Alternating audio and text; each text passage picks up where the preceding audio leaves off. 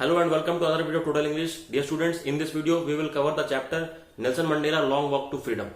इस चैप्टर के दो पार्ट हमने ऑलरेडी कर रखे हैं.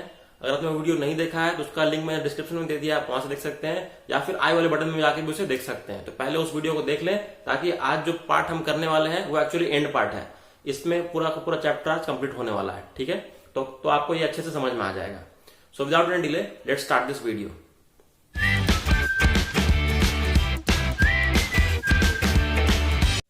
आज हम लोग जो पढ़ेंगे, जैसे कि फर्स्ट वीडियो में मैंने पूरे के पूरे चैप्टर को 7 पार्ट्स में डिवाइड कर दिया था, जो कि स्क्रीन पर आपको दिख रहा है. ये 7 पार्ट में से 4 पार्ट हमने कर लिया था. आज बचे हुए 3 पार्ट को हम करने वाले हैं. ठीक है, तो 3 पार्ट में बेसिकली यहाँ पर सबसे 5th पॉइंट है. 5th 6th और 7th पॉइंट हम लोग करें. 5th पॉइंट हमारा है ट्विन ऑब्लिगेशन. तो ये ट्विन ऑब्लिगेशन क्या है, जिसकी बात यहाँ पर नेल्सन मंडेला कर रहे हैं. सो ट्विन ऑब्लिगेशन, यहाँ पर ऑब्लिगेशन का मतलब ये होता है कि एक जिम्मेदारी, एक ड्यूटी. ठीक है, तो ट्विन मतलब होता है दो. तो कौन सी 2 ड्यूटी के बारे में नेल्सन मंडेला बात कर रहे हैं? Let's see. If you have the NCERT book, तो आप बुक में देख सकते हैं. नहीं है तो भी कोई बात नहीं, समझ सकते हैं आप. पेज नंबर 21 में पढ़ रहा हूं, लास्ट पैराग्राफ. तो वो बोल रहे हैं कि हम हर इंसान के लाइफ में ट्विन ऑब्लिगेशंस होते हैं. ट्विन ऑब्लिगेशंस, ठीक है. Obligations to his family, to his parents. एक ऑब्लिगेशन होता है जो अपने परिवार के प्रति, ठीक है, परिवार में मतलब फैमिली, फ्रेंड्स, ठीक है, वाइफ, चिल्ड्रन, ये सब लोगों के प्रति एक ऑब्लिगेशन होता है, एक ड्यूटी होता है, एक कर्तव्य होता है हर इंसान का. ठीक है. और दूसरा ऑब्लिगेशन क्या है, वो लिख रहे हैं obligation to his people, community, country. मतलब अपने देश, अपने लोगों, अपने ग्रुप के लिए भी एक रिस्पॉन्सिबिलिटी होता है हर इंसान का. तो ये कह रहे हैं कि हर इंसान की ये 2 ऑब्लिगेशन होती हैं. लेकिन वो यहां पर बता रहे हैं, नेक्स्ट पेज में देखिए, पेज नंबर 22. ठीक है, वो यहां पर बता रहे हैं कि जो वैसे लोग जो साउथ अफ्रीका में उनके जैसे लोग जो रह रहे हैं, ठीक है, in a country like South Africa it was almost impossible for a man of my birth and colour to fulfil both these obligations. South Africa जैसे देश में, और जैसे कि उनका ग्रोथ हुआ, ठीक है, और वो जिस कैटेगरी से बिलोंग करते थे, वो ब्लैक थे, वो पुअर बैकग्राउंड से बिलोंग करते थे, तो वैसे इंसान के लिए इन ऑब्लिगेशंस को पूरा कर पाना ऑलमोस्ट इम्पॉसिबल था. वो ये कह रहे हैं. ऐसा क्यों कह रहे हैं, तो उसका रीजन भी उन्होंने बताया है. वो कह रहे हैं कि वो उन्होंने पहले कोशिश की. I tried to fulfil, a man who tried to fulfil his duty to his people ripped from his family. जिसने अपने देश के प्रति अपना अधिकार को या फिर अपने दायित्व को निभाया, उसे अपने परिवार की रिस्पॉन्सिबिलिटी से भी दरकिनार कर दिया. मतलब जो इंसान देश के लिए आवाज उठा रहा था, कंट्री के लिए नेशनलिस्ट थिंकिंग उत्पन्न कर रहा था, ठीक है, और जो ब्लैक और व्हाइट की जो लड़ाई थी उसको खत्म करके डेमोक्रेटिक गवर्नमेंट की बात करता था, वैसे लोगों को अपने फैमिली से भी दूर कर दिया था और उन्हें जेल में डाल देता था, उन्हें पनिश किया जाता था. तो वो यहां पर इस सिचुएशन को बता रहे हैं. बस यही है ट्विन ऑब्लिगेशन. ठीक है, तो ट्विन ऑब्लिगेशन का पॉइंट यहां खत्म होता है. Next point is point number 6, और इसमें वो बता रहे हैं मीनिंग ऑफ फ्रीडम. फ्रीडम है, जो टर्म है वो आजादी, वो हर जगह के लिए अलग अलग एक डेफिनेशन लेकर आता है. तो साउथ अफ्रीका में फ्रीडम या आजादी का मतलब क्या था, तो पहले वो अपने पर्सनल लाइफ के बारे में कुछ बता रहे हैं. इसे हम लोग देख लेते हैं. Second para, page 22. वो बोलते हैं I was not born with a hunger to be free. मतलब वो जन्म के साथ आजादी के लिए, आजादी की भूख लेकर वो जन्म नहीं लिए थे. ठीक है, उन्हें ये भूख नहीं थी, उन्हें ये नहीं चाहिए था बचपन से ही. क्यों? क्योंकि बचपन में उन्हें वो सारी चीजें मिल रही थी जो एक बच्चे को दी जाती है. मतलब उसके फ्रीडम के नाम पर जो चीजें मिल रही थी. तो वो बचपन अपना कैसे बिता रहे थे, वो यहाँ पर कहते हैं कि in the fields near my mother's heart.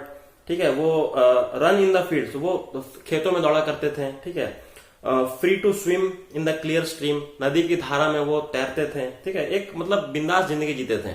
जैसे कि कोई गांव में कोई बच्चा है, वो बिना किसी फिक्र के, बिना किसी टेंशन के वो रहता है, बिल्कुल उस लाइफ के बारे में वो यहाँ पे बता रहे हैं. ठीक है, free to roast meals under the stars, ride the broad backs of the slow moving bulls. ठीक है, वो जो गाय बैल वहां से जाते हैं, उनके ऊपर बच्चे देखा होगा कि वो बच्चे पीठ पे बैठ के वो एंजॉय करते हैं. ये सब गांव वगैरह में ज्यादा होता है. तो वो भी एक विलेज एरिया से बिलोंग करते थे. तो वो इन सब चीजों से वो पले बढ़े. मतलब कोई तरह की बंदिश नहीं थी, कोई बाउंडेशन नहीं था बचपन से.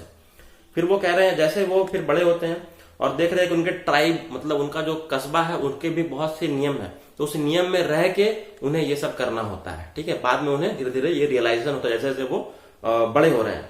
फिर बाद में उन्हें नेक्स्ट पैरा में बता रहे हैं कि जब बॉयहुड में वो क्या बता रहे हैं, फ्रीडम वॉज एन इल्यूशन. वो फ्रीडम एक इल्यूजन था। इल्यूजन मतलब एक छलावा था, बस देखने को था, बचपन तक ही था, और आगे जाके वो सारी फ्रीडम वो छीन ली जाती हैं। क्यों? क्योंकि जो समाज है वो फ्रीडम बांट नहीं रहा है लोगों तक, फ्रीडम पहुंचने नहीं दे रहा लोगों तक। क्या होता था? तो वो कहते हैं, when I discovered as a young man that my freedom had already taken from me. वो बोल रहे हैं कि जब मैं यंग हुआ तब मुझे पता चलता कि मेरी आजादी, सारी आजादी मुझसे छीन ली गई है। अब तो क्या हो रहा है उनके साथ? तब उनके अंदर ये हंगर, ये जो भूख है फ्रीडम लेने की, वो उनके अंदर नजर आती है। ठीक है, और वो ये भी चीज देख रहे हैं कि जो फ्रीडम है वो ट्रांजिस्टरी फ्रीडम है। ये इंपॉर्टेंट टर्म है, इससे क्वेश्चन भी आएगा, ट्रांजिस्टरी फ्रीडम। तो ट्रांजिस्टरी फ्रीडम के बारे में वो क्या कर रहे हैं, तो आप देख सकते हैं, पहले वर्ड मीनिंग में देखें, राइट साइड में दिया हुआ ट्रांजिस्टरी मतलब नॉट परमानेंट। वो जो फ्रीडम है वो परमानेंट नहीं है, वो चेंज हो रहा है, समय के साथ वो बदल रहा है। ठीक है, तो वो एक दिखावे के लिए एक फ्रीडम था, असल में वो फ्रीडम, आजादी उनको थी ही नहीं उनके लिए। फिर नेक्स्ट पैरा में वो कह रहे हैं कि वो जो फ्रीडम है वो सिर्फ उनके ही नहीं फ्रीडम छीना गया था, बल्कि उनके जैसे जो और लोग थे, जो ब्लैक कम्युनिटी थी, जो गरीब थे, ब्लैक थे, उनके साथ जो अत्याचार हो रहा था, मतलब उनके ब्रदर्स एंड सिस्टर जो कम्युनिटी के लोग थे, उनके साथ सेम सिचुएशन था। तो अब उन्हें ऐसा लगा कि नहीं, ये जो है हो रहा है वो गलत हो रहा है, अब ये मेरी सिर्फ एक जन की लड़ाई नहीं है, ये पूरे ग्रुप की लड़ाई है, तो अब मुझे इसे ढंग से लड़ना है। ठीक है, तो फिर then he says that is when I joined the African National Congress, और तभी वो पॉलिटिकल पार्टी जिसका नाम है अफ्रीकन नेशनल कांग्रेस को ज्वाइन करके पॉलिटिक्स में एंट्री मार लेते हैं। फिर वो क्या बोल रहे हैं कि that freedom became the greater hunger for the freedom of my people, और अब वो फ्रीडम उनकी नहीं है, फ्रीडम फॉर पीपल है, मतलब लोगों की फ्रीडम की वो लड़ाई है। ठीक है, तो अब वो नेक्स्ट पैरा में, मतलब पेज नंबर 23 है, ये लास्ट है, लास्ट के 2 पैरा है, चैप्टर खत्म होने वाला है। इसमें वो क्या बता रहे हैं, इसमें बता रहे हैं कि उनमें किस तरह का ट्रांजिशन हुआ, मतलब कैसा चेंज आया उनके अंदर, कि जब एक इंसान की लाइफ पूरी तरह से चेंज हो जाती है, जो उसे एक शॉक लगता है, रियलाइज होता है कि ये जो जिंदगी था, ये फ्रीडम था, ये सब एक छलावा था, लाइफ तो कुछ और ही है, तो सोसाइटी में बहुत कुछ बदलाव लाने की जरूरत है, तब इंसान भी बदल जाता है। ठीक है, तो वो क्या क्या कर रहे हैं, अपने क्या क्या बदलावों को यहाँ पर शो कर रहे हैं। वो कहते हैं, it was this desire for freedom of my people to live their life with dignity and self respect. लोगों को उनकी डिग्निटी और सेल्फ रिस्पेक्ट के साथ जिंदा देखने की उनकी जो चाहत थी, उसने एक बहुत ही पॉजिटिव, एक कह सकते हैं एक चेंज उनके अंदर एक लाया। तो वो क्या बता रहे हैं अपने बारे में, वो ही ट्रांसफॉर्म, वो ट्रांसफॉर्मेशन क्या क्या था, transform a frightened young man into a bold one. एक डरा हुआ इंसान एक बोल्ड पर्सन बन चुका था। ठीक है, और क्या क्या ट्रांसफॉर्मेशन है, drove a law abiding attorney to become a criminal. एक कानून को मानने वाला इंसान अब एक क्रिमिनल बन रहा है, क्योंकि वो सही ढंग से, सही रास्ते से चलेगा तो वो कभी ये बदलाव नहीं ला पाएगा, तो उसके लिए बहुत से रूल को ब्रेक करने होंगे। तो वो एक बहुत बड़ा बदलाव देख रहे हैं। और भी कहते हैं, turn a family loving husband into a man without a home and life loving man to a life like a monk. जो इंसान पहले अपने परिवार से प्यार करता था, अब वो सब कुछ छोड़ के, सब कुछ मोह माया त्याग करके एक मॉन्क की जीवन जी रहा है। मतलब मॉन्क को जैसे दुनियादारी से कोई मतलब नहीं रहती, वो एक गोल के प्रति डेडिकेटेड होता है। तो इनका गोल क्या है कि इक्वालिटी को स्थापित करना है साउथ अफ्रीका में। ठीक है, तो बस यही है फ्रीडम। हाँ, एक वो ये कह रहे हैं, फ्रीडम इज इंडिविजिबल। ये बहुत इंपॉर्टेंट है कि freedom is indivisible, the change on any one of my people were the change on all of them. Freedom जो है वो किसी ऐसा नहीं कि एक पे ऊपर है, एक के ऊपर नहीं है। एक इंसान के ऊपर भी अगर चेंज है, बेड़िया है, तो मतलब इसका ये सिंबल है कि वो पूरे के पूरे कम्युनिटी के ऊपर है। ठीक है, तो मतलब ये यहाँ पे यूनिटी की भावना को जागृत करना चाह रहा है। ठीक है, राइज करना चाह रहा है, इसलिए वो इन सब बातों को कह रहे हैं। अब लास्ट पॉइंट है, point number 7, that is the last para, oppressor and oppressed. Oppressor and oppressed के बीच में के बारे में उन्होंने एक बहुत ही खास बात कही है। ऑपरेसर और ऑपरेस्ड क्या है? ऑपरेसर वो होता है जो डोमिनेट करता है, जो हावी होता है, मतलब जो पावरफुल होता है।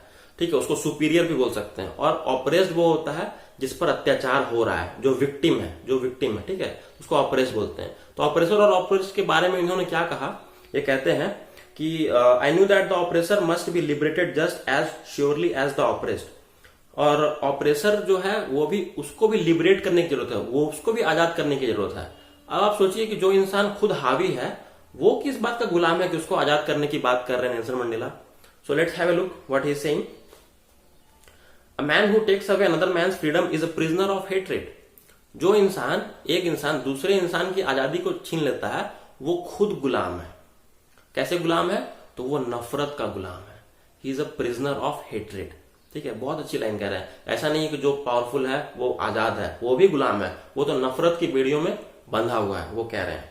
एंड नैरो माइंडेड मतलब छोटी सोच का वो गुलाम है, उसकी सोच ही छोटी है। वैसे लोग, आई am not truly free if I am taking away someone else freedom. और अगर मैं किसी की आजादी को छीनता हूं तो मैं खुद भी आजाद नहीं कहला सकता। ये उनका स्टेटमेंट था, बहुत ही बोल्ड स्टेटमेंट था।